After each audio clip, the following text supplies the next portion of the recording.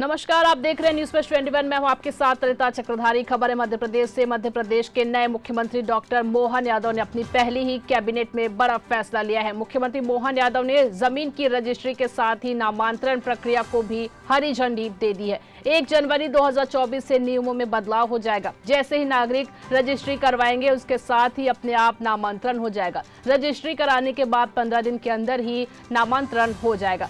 वहीं छत्तीसगढ़ में MP model को लेकर कयास लगाए जा रहे हैं। मध्य प्रदेश के सीएम ने कहा कि जैसे ही नागरिक रजिस्ट्री करवाएंगे उसके साथ ही अपने आप नामांतरण हो जाएगा। इस फैसले को लेकर सभी ने स्वागत किया। वहीं छत्तीसगढ़ में इस योजना को लेकर लोग उम्मीद कर रहे हैं। बता दें, जमीन कारोबार व रियल एस्टेट से जुड़े लोगों ने बताया कि मध्य प्रदेश सरकार ने नामांतरण को लेकर ऐतिहासिक फैसला लिया है। इस फैसले को लेकर अगर छत्तीसगढ़ सरकार लागू करती है तो लोगों को सरकारी दफ्तरों के चक्कर नहीं लगाने पड़ेंगे। इसके साथ ही समय की बचत के साथ भ्रष्टाचार पर भी लगाम लगेगी।